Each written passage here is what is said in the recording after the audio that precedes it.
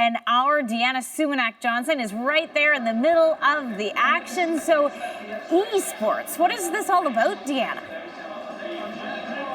Lindsay, this is so exciting. There is 15,000 people, as you said, on their way in. The actual championship is starting at 3 o'clock. So we're kind of getting an exclusive preview of all the action. And as you said, the team that wins that game will be tomorrow. Today is what you can think of as a third place or bronze medal game. They will go on to represent North America at the World Championship and will get a chance to win a big cash prize. But I shouldn't talk to you about this. I should introduce you to the man who knows a lot more about this than I do. Joshua Leesman, how are you doing? I'm doing really well. It's super exciting to be here at the Air Canada Centre for the finals because I watched so many sports games here as I was growing up, and now we're here to do League of Legends, which is super cool. I should mention that Joshua is basically, he's okay with me saying this, and as a resident Canadian here, he knows what that means. He's like the Ron McLean in this world. Basically, you were a player yourself, and then you became a caster or an analyst.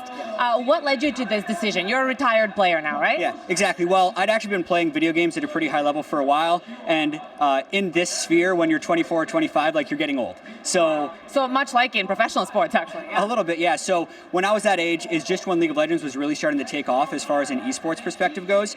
And there weren't actually any former players that were doing commentary. And I was a huge sports fan. I loved to talk about the game. So it was kind of a natural fit that I started to cast League of Legends. And tell me a little bit, how have things changed for, look, clearly 15,000 people, at least in Toronto, know what esports are and what League of Legends is. But how have things changed in terms of the acceptance and mainstream recognition of competitive video gaming since you began?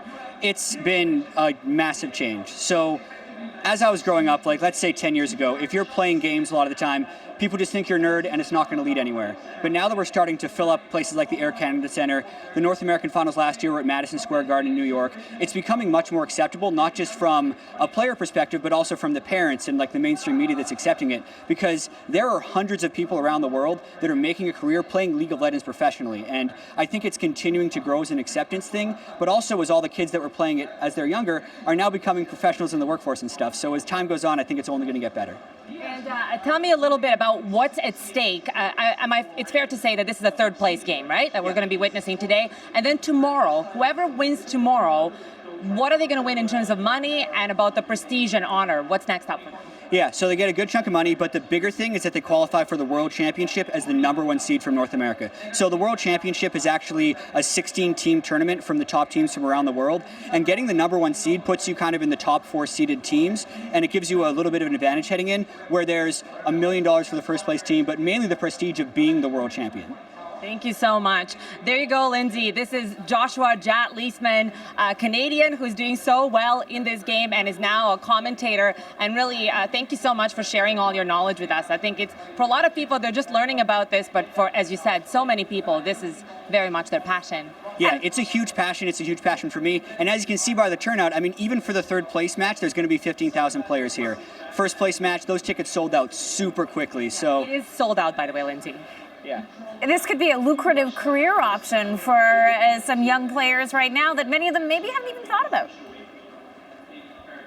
Exactly. I think it's a very exciting career option for a lot of kids who are very good at this and who are looking to be perhaps taken a little more seriously. Thanks, Deanna. CBC's Deanna Sumanak-Johnson in Toronto.